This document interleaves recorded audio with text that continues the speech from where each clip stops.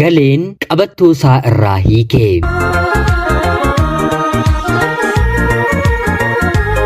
Yeroodhaaf maqaa kiyya himachuun barbaadu kanan dhaladheetti guddadhee jiituu magariituu Oromiyaa keessatti barnoota kiyyallee kutaa 1 hanga 12tti maatii koo biratti ergan baradhee booda carraa yuunivarsiitii seenuu argadheen yuunivarsiitii seeneen barnoota kiyya kan digirii jalqabaa baradheen eebbifamee xumureera. Maatiin kiyya haati koos abbaan koos hojjettoota mootummaa yeroo ta'an lamaan isaaniiyyuu barsiisotadha. Abbaan koo mana barumsaa haayiskuulii keessatti barattoota kutaa 9 haga 12 jiraniitiif barnoota keemistirii barsiisa. Haati kiyya immoo barattoota kutaa 5 haga 8 barataniitiif barnoota afaan Oromiffaa barsiifti. Lamaan isaaniiyyuu baay'ee kan wal jaallatanii fi haalli jireenya isaanii kan isaan beekuuf ajab yoo gaa'ela dhaabbatan yoo maatii godhatan akka warra obbo Abaluuti jedhamanii haatiif abbaan koo baay'ee jajamu. Ana waliin haatiif abbaan koo dubartoota 4 qabu. Dhiirri mana keenya kan jiru abbaa keenya qofadha.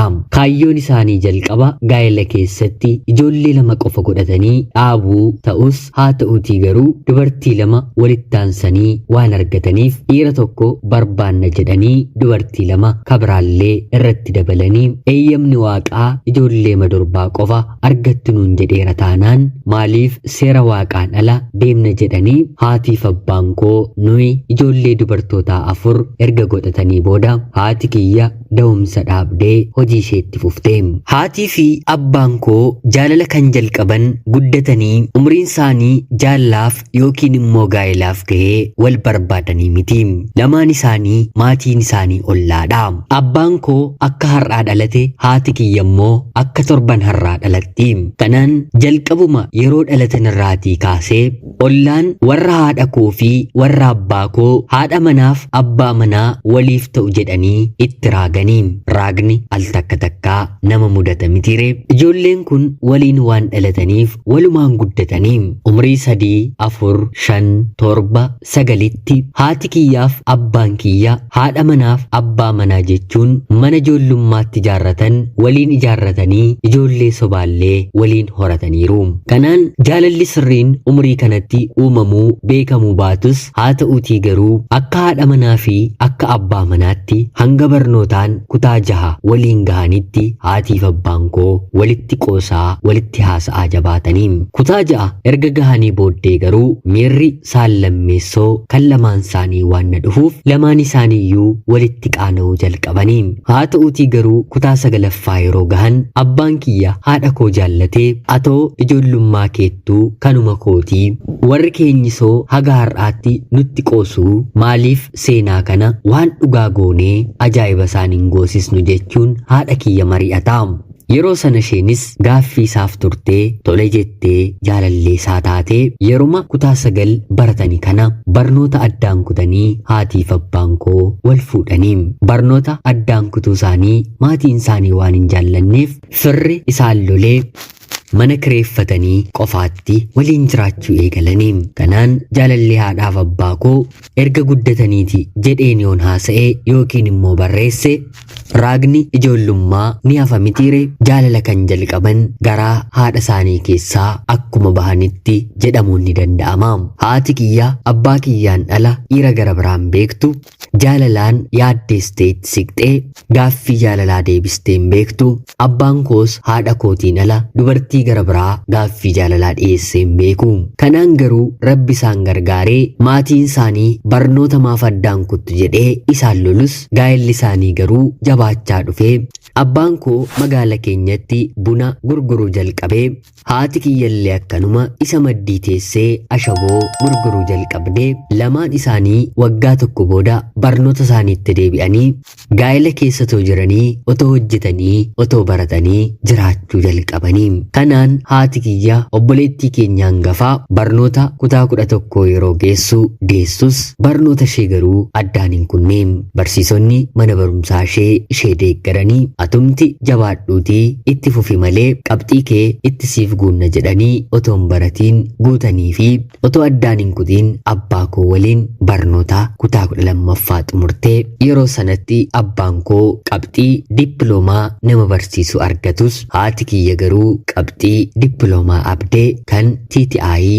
yookiin immoo barsiisummaa argattee mucaa dhalatti qabatanii gara bakka barnootaan abbaa kiyya dhaqqabe haati koos abbaan koos waliin deemuun waliin jiraachuu eegalanii daa'ima lammaffaa intala dubaraallee yeroo kolleejjii baratudha haatiif abbaan koo waliin kan godhatanii bakka kanatti gargaarsillee waan isaan barbaachisuuf maatiin haadha kiyyaas maatiin abbaa kiyyaas gargaaranii turanii abbaan koo baratee akkuma xumureen hojii barsiisummaadhaan ammallee aanaa nurraa fagoo ta'e godina biraa yeroo isa gahu waggaa 2 naannoo sana jiraatee gara aanaa keenyaatti jijjiirsifatee amma immoo haadha kiyyaan baratte malee jechuun erga ijoollee 2 deessee booda haati koo gara barnootaatti akka deebitu taasisee haati kiyyas barattee xumurtee itti fufuun illee waggaa 6 keessatti digirii isheellee guutattee eega sanaa anaa fi obboleettii koo ishee quxisuu dahanii haatiif abbaan koo maatii guutuu nu godhatanii nu guddisuu kan jalqabanii gaa'ilaan har'a waliin jiraachuu erga jalqabanii waggaa 36 guutaniiru rabbiif galanni haa ta'u lola guddaa walitti bu'anii haadhaaf abbaa koo araarsuuf ollaan yookiin immoo firri gidduu isaanii galeen beeku fakkeenya gaa'ilaa namoota naannoo keenyaa ta'anii araaraaf jaarsummaaf haati kiyyas abbaan kiyyas ni barbaadamu baay'ee jaallatamu sanarra immoo nuutiin haalli isaanitti guddisan adda ture waa'ee gaa'ilaa irratti qoosaan beekanii namni gaa'ila kan dursiisu qabeenya ture haa ta'uutii garuu haatiif abbaan kiyyaa harka duwwaa waan walitti dhufaniif gaa'ila keessatti diinni inni tokko guddaa inni tokko immoo xiqqoo kan taasisu gaa'iladha yoo danda'ame harka duwwaa kiisii duwwaa yoo walitti seename gaa'illi bareedaadha inni dhiiraa qabaachuun isheen durbaa dhabuun dirqama miti tarii gaa'ilatti yoo seename kunumtillee dhimma ta'e abbaan manaan haadha manaa isaatiin yeroo warra keerraa adda baatee dhuftu hudduu kee malee maal fiddee dhufte jedhee mana hedduutti akka beeknu akkuma dhageenyu arrabsuunii komachuunii ni danda'a gaafa qabeenya dhibe immoo haati manaan jibbuun maal qabda akka kaleessaa miti jettee tuffachuunii ni dandeessii jedhanii nuuf qoodu kanaan akka of eeggannu malee akka jaalallee qabannu haatiif abbaan koo gonkumaa nun dhorkanii inumaa barnootaan kutaa 9 kutaa 10 yeroo geenyu jaalalleen keessan eenyudha jedhanii sirriitti nu dorqisiisu yoo nuti jaalallee hin qabnu ta'e jaalallee qabachuu qabdu kan waliin ciistan kan waliin baalagattan otoo hin taane kan bor waliin karoorsitan ammumaa qabachuu qabdu jechuun haatiif abbaan koo sirriitti na gorsu nuyis isaan jedhanii otoo hin taane umuriimti wanta nu dirqisiisuuf kutaa 8 kutaa 9 yeroo geenyu jaalallee qabannee turre anis qabadheera obboloonni koo warreen hangafan lamaan kutaa 11 otoo barataniiti fedhii fi dhiibbaa maatii kiyyaan gaa'ilatti seenanii kanatti illee qaaniin qabanii anis jaalallee dafee qabadhus haa ta'uutii garuu kan koommoo naaf hin milkoofne namni amalaan garaa garadha mitiire jaalalleewwan ani kutaa sana yeroon baradhu ittiin siiqee akkan waliin ciisuuf malee akkan waliin gaa'ila dhaabbadhuuf eeyyamamoo garaa isaanii kan naa banan hin turre kanaan kutaa 11s 12s gahus ani heerumuuf carraa hin arganne obboloota kiyyattis miirri inaaffaan xiqqoon natti dhagahameera kanaan kutaa 12ffaa xumureen qabxiin illee naa dhufe kan ani karoorfadhe hagan yuunivarsiitii jirutti gaa'ila dhaabbadheen bahuun qaba malee yuunivarsiitiitii eebbifameen gaa'illiin dhaabbadhu fayyaalessa akka haatiif abbaan koo jedhan naaf ta'uu dhiisuu ni danda'a jedheen ofii jala mureen kaa'ee kanaan illee akkuman kutaa 12ffaa xumureen barnoota fiiziksiidhaan yuunivarsiitii Wallaggaa carraan barnootaa nagahee barnoota kiyyas barachuun eegalee waggaama jalqabaa seemisteera jalqabaa irratti mucaan biyya keenyaa reefuma qabxii olaanaadhaan eebbifamee carraa barsiisuu daree jalqabaa barnoota fiiziksiidhaan kan nuuf seene ture. Biyyatti ijaan na beekaa, anis ijaan isa beekaa. Haa ta'uutii garuu baay'ee sodaataa tokkodha. Yeroo barsiisu ni sodaata, yeroo dubbisnu ni sodaata, yeroo itti siqnullee baay'ee sodaata. Kanaan seemisteeruma jalqabaa kana amala gurbaa kanaa biyyatti waan hin beekuuf kuni abbaa manaa koo naaf ta'uu qaba jedheen jala mureen kaawwadhe. Daree dhufee ilaalcha yookiin immoo xiyyeeffannoo addaa hinnaaf kenna jedhee ani yaadus, haa ta'uutii garuu haga xurii qeensaatiyyuu dargaggeessi kun anaan hin lakkaa'u, nas hin dubbisu. Bitaa natti galee torban lama si'a 4 daree dhufee nagaa mallee na dhorkuunsaa natti dhaga'amee ijoollee biyya kootiin dargaggoo kana maliin wal na barsiisaa jedheen hin gaafadheeni. Kanaan isaanis dhiisii hin dhama'inii amma mitii yeroo baratuyyuu ijoollee biyya keenyaatiin siquu jedhanii natti himanii. Barnoota waan danda'uuf qofaa baha, qofaa gala, qofaa dubbisa ture.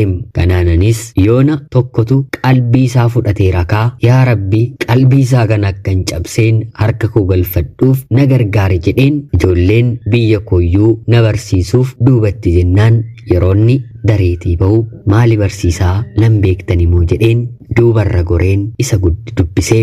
Innis na beeka maqaa na waamee abalu mitii jedhee na dubbisee. Haa ta'uutii garuu dubbii gara biraa ittiin fufa jennaan miila isaa ariitiidhaan kaasee xiqqoo nan ariifadha namni na eegaa jira yeroo naan jedhu qaana'een dareetti deebi'ee. Ammas torban isa dhufu daree keenya seenu homaa miira addaa ija addaatiin nagaa mallee mucaa biyya kooti jedhee na gaafachuuf hin yaalu.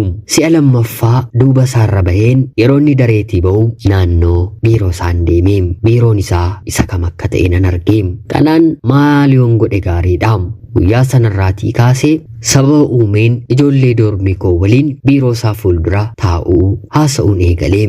Yeroo seenu yeroo bahu nagaa keessanii jedheen dirqiitiin dubbisuun eegalee. Kanaan baatii 4 guutuu seemisteera tokko otoon aaruu otoon gubadhuu maal nama kana yoon dhiisee otoon jedhu seemisteerri isaa dhume. Qabxii maalii yoon argadhe gaariidha. Caa yookiin immoo C ishee jedhamtu mucaama biyya koo dhallee jedhee garabaatti naan butu isaaf sirrii ture, anaaf garuu sirriin ture. Seemisteerri lammaffaa gahee inni nuun hin barsiisu. Bilbila isaa ijoollee biyya koorraa fudheen seemisteerri lammaffaa barnoonni seeraan otoo hin jalqabiin barsiisaa na qayyabachiisaa barnoonni kuni natti ulfaatuu jalqabee seemisteera duraas qabxii gaarii waan hin finneef ari'amuu hin danda'a jedheen gaafadheeni. Kanaan innis guyyaa 2-3 bilbileen lakkii hojiitti biiziin ta'a jedhee narraa maqus ani garuu itti fufeema bilbileen baatii booddee gara manaa koottuutii sittin argisiisa naan jedhee. Anis barnootan baradhu qabadheen mana isaa guyyaa jalqabaa hiriyaa koo tokko waliin hin deemee. Dhuguma qayyabachuuf waan hin dhufe isatti fakkaatee sa'aatii 3 guutuu waanta inni dubbachaa ture waan hin beeku hin qabu. Anittuu isa jaalladheera. Inni dhuguma barnootan jaalladhetti fakkaate barnoota fiiziksii xaxamaa kana asiin baasee achiin galcha, achiin galchee asiin baasaa. Waraqaa hedduu barreessee fixee dhumarratti siif galee gaafa naan jedhu eeyyeen jedhaanii gaafanni gaaffii na gaafatu immoo sobeen waanuma achirra jirtu xiqqoo ishee dubbiseen kanaa'ee jedheen akka nama yaalaa jiru jedheen arraba koo tabattabsiisaa. Naannoo sa'a 3 na qayyabachiisee guyyaa jalqabaa anis meeshaa mana isaa keessaa hiriyaa koo waliin dhiqeen sisirreesseefiin sireellee hafeen uffatallee dachaaseen gara dormiitti hiriyaa koo waliin deebinee. Guyyaa lammataa akkanumallee torbee booddee bilbileefiin na qayyabachiisaan jedhee. Innis koottaa naan jedhee. Hiriyaa koo waliin waantan deemu itti fakkaatee. Haa ta'uutii garuu hiriyaa koo dhiiseen qofaa koo deemeen kana na qayyabachiisii. Haa ta'uutii garuu torbee darbee uffata kee yeroon ilaalu hedduun hin miicamnee siif hin miican jedheeni. Lakkii mucayyoon dhuftee maallaqaan miicitu jirtii jedhee na didus lakki miice malee jedheen uffata isaa miiceefiin nyaatallee hojjedheen biddeen biteen nyaachiseen borna qayyabachiista jedheen buleen mana isaa dhufee. Amma mana isaas waantan sirriitti bareef dhufaan jira jedheen itti malee na qayyabachiistaa jedheen gara isaatti hin dhufu. Haa ta'uutii garuu baatii lama kanaan yaallaan homaa gogaana jalaa ta'e. Waa'ee jaalalaas natti hin kaasu, jaalalli maal akka ta'e sin beeku. Yoo barnoota irraa darbu waa'ee amantaa na barsiisuu barbaada. Baay'een itti aara, baay'een itti gubadha. Akka inni na dhungatuuf yookiin immoo qaama kiyya tuttuquuf yaalii guddaa hedduu godheera. Haa ta'utii garuu tokkoyyuu anaaf hin milkoofne. Ijji isaa baay'ee na sodaata. Ol jedhee takkaa fuunan ilaalu. Kanaan hiriyoota dormii kootiin maalaa godhuu jedheen yeroon gaafadhuuni inni silaa barsiisaadha. Ati manatti deemteefi miti ofiima si beekeeyyuu siif bilbila ture yookiin waan sin barbaanneefidha yookiin immoo dubartii gara biraa baay'ee jaallatu amanamuufii qabaa. Nama kanarraa fagaachuu dhiisuu qabdanaan jedhanii yeroo kana ani yoon bareeduu baadhe hin fokkisuu isa bareechuuf malee immoo isa fokkisiisuuf ittiin siqnee dargaggeessa kana harka kootti galfadheen yoon isinitti argisiisuu baadhe nama miti naan jedhaa jedheen kakadheen dormiitii bahaa.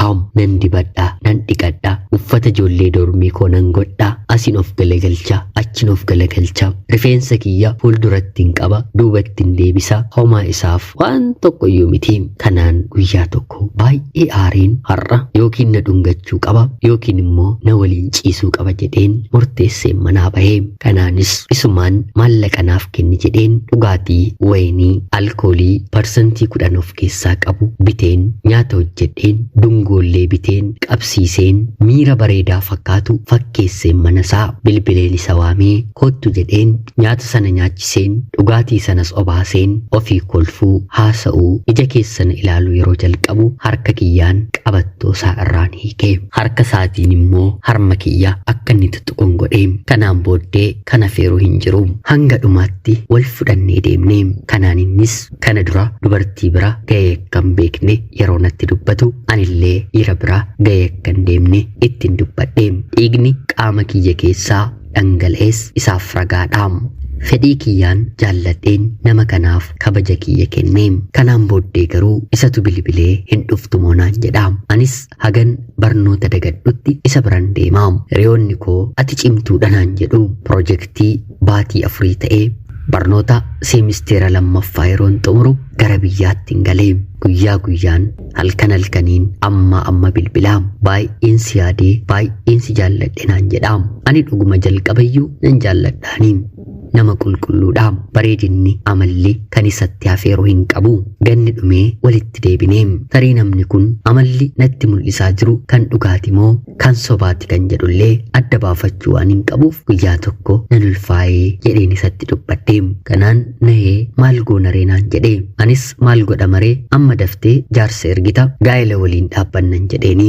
Barnoota kiyya digirii lammaffaa otoon xumuriin waan akkanaattiin seenu jedheen waadaa ofiif hin galeera. Haa ta'u garuu wanta kanammoo duubatti deebisuu waan hin dandeenyeef haa ta'u qorumsa dhufe hundumaa waliin dabarsina jedheenaaf deebise.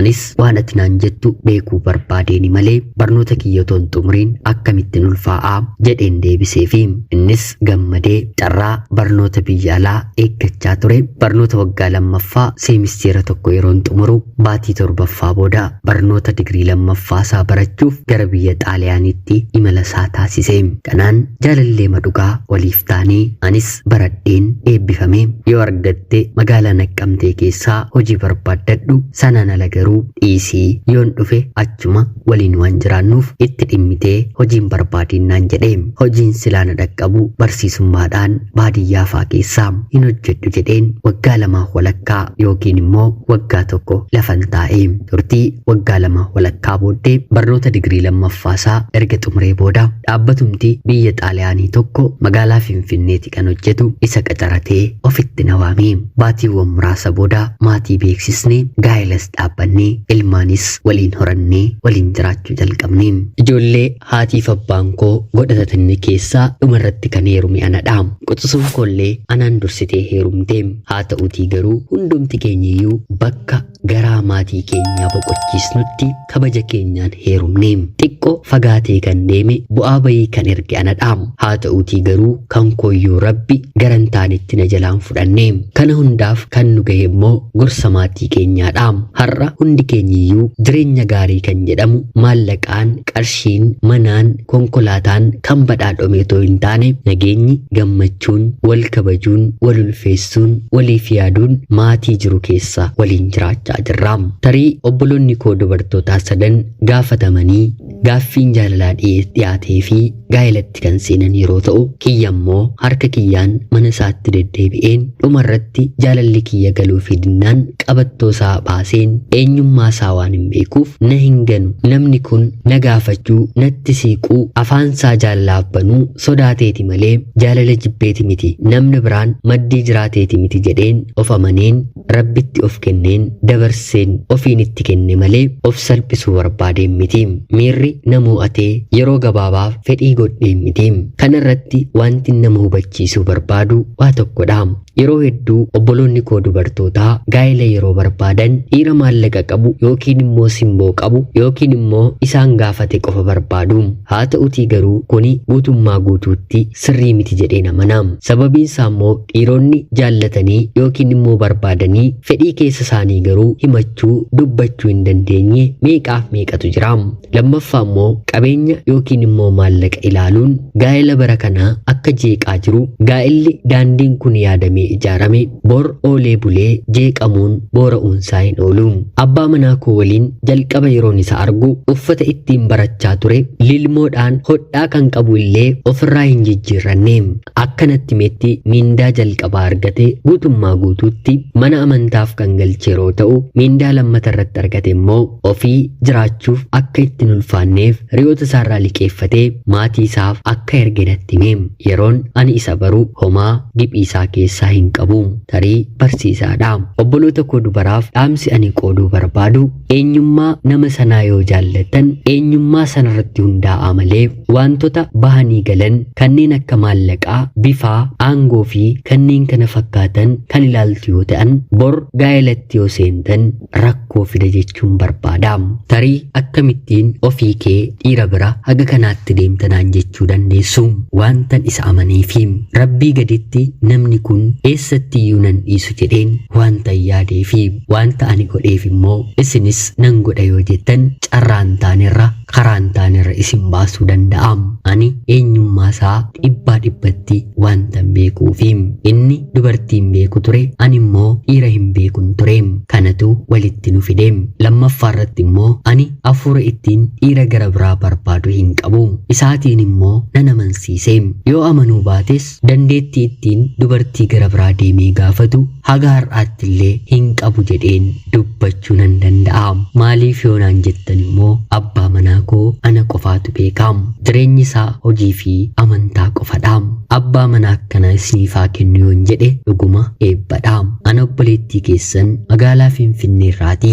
Ulfaadhaa, nagayaatti, galatoomaa.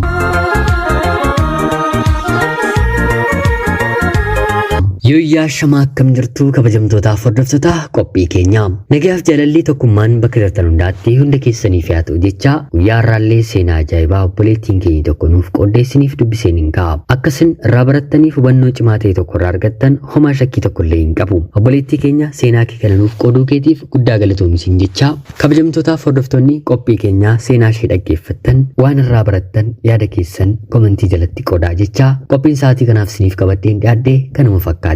Hanga yoonaatti yeroo keessan naaf kennitanii dhaggeeffachaa turuu keessaniitiif guddaa galatoomaa jecha laayik, sheer gochuullee hin dagatinaa.